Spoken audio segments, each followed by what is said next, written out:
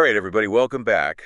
We are doing another deep dive today, and this time we are tackling a really uh, thought-provoking idea Yeah, from Bill Perkins and his book, Die with Zero. it's a good one. So we've got an interview with Perkins himself from a podcast we found, Okay. and then also some like promotional materials and stuff around the book. Right. And basically what we want to do is like figure out, okay, so this guy's whole thing is you should die with $0 in your bank account.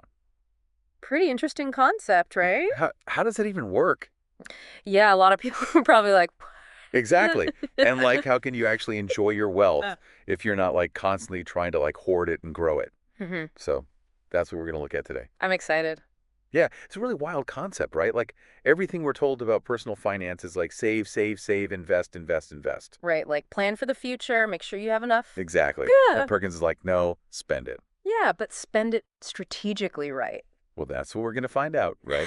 So like he's saying instead of like stockpiling all this money for like someday when you're retired, Right? you should be like using your money to make your life awesome right now. Yeah, like actually live your life, have those experiences while you're young and healthy enough to enjoy And them. I think that that's such a crucial point Yeah. because like he gives this example of an 80-year-old guy like finally getting to climb Mount Kilimanjaro. Which, I mean, good for him. Yeah, totally. Yeah. But like how much harder is that going to be when you're 80 Oh, absolutely. versus like if you had done it when you were like 40 or 50 or something?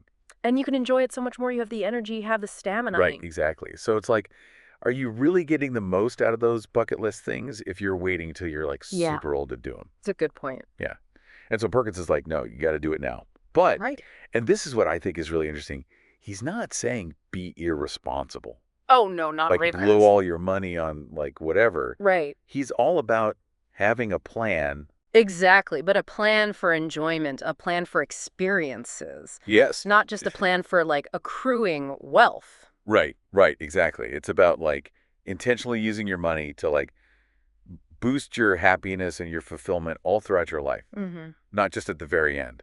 It's like investing in memories. Oh, that's a great way to put it. Yeah. Instead of stocks, you're investing in experiences. I love that. Okay, so I do want to get into his like three main points though, because Yeah. Let's hear them. he kind of lays out like a framework for how to do this die with zero thing. Okay. And the first one is like what we were just talking about. It's maximizing life experiences. Makes sense. Yeah, so he's basically saying you should spend your money on things that line up with what you actually care about. Right. Your values. Exactly. Like whether that's travel or education or Restarting a business. yeah, Yep. or like spending time with your family, whatever it is. Whatever really matters to you. Right. Those are the things you should be investing in. It's so interesting how we always think of investing as like a financial thing. I know, right?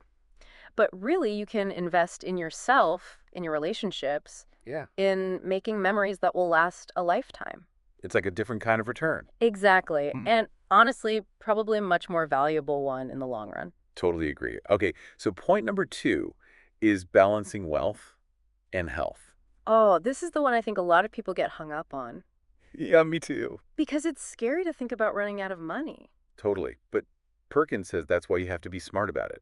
Yeah, like it's not about just like spending every penny you have. Right. You still have to have a plan. You still have to be responsible. Exactly. It's about finding that sweet spot where you're enjoying your money now, Yeah. but also making sure you're going to be okay in the future. And that's going to be different for everybody. Oh, absolutely. Right. Like your risk tolerance, how much money you make, what your goals are, Yeah, yeah. all that plays a role. It's not like a one-size-fits-all kind of thing. No, it's more like a framework, a way of thinking about your finances. Right. Okay, and then his last point. This one's my favorite. Oh, yeah, me too. It's about giving while you're alive. I love that idea. It's so powerful. So basically he's saying instead of waiting till you die to like leave your kids an inheritance or whatever, Right. you should like help them out when they actually need it. Yeah, like when they're young and starting out. Exactly. Like maybe help with a down payment on a house or pay for their education. Or even just like help them through a tough time financially. Yeah. And like think about how much more impactful that would be than just like Right. giving them a lump sum of money after you're gone. It's like you're actually getting to see the impact of your generosity. Yes. And they get to benefit from it when they actually need it the most. I think it's such a beautiful way to think about giving. So I think when you put all three of these points together, Yeah. Perkins's main message is pretty clear.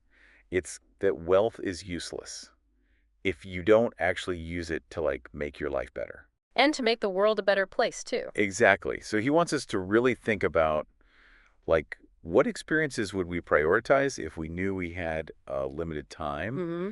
And how can we use our money to create a life that's full of meaning and joy? Instead of just focusing on, like, how much money we can accumulate. Right. It's a totally different way of looking at things. It really is. So if Yeah. I had to sum up the whole die with zero philosophy, Yeah. How would you put it? I'd say it's about making sure your financial decisions match up with what you truly care about, Okay. and then actually living out those values, like making every moment count, leaving behind a legacy of experiences and generosity. That's perfect.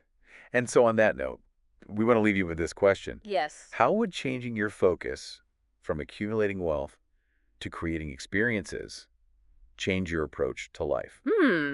Think about that, everyone. And that's our deep dive for today. We'll see you next time. Bye, everyone.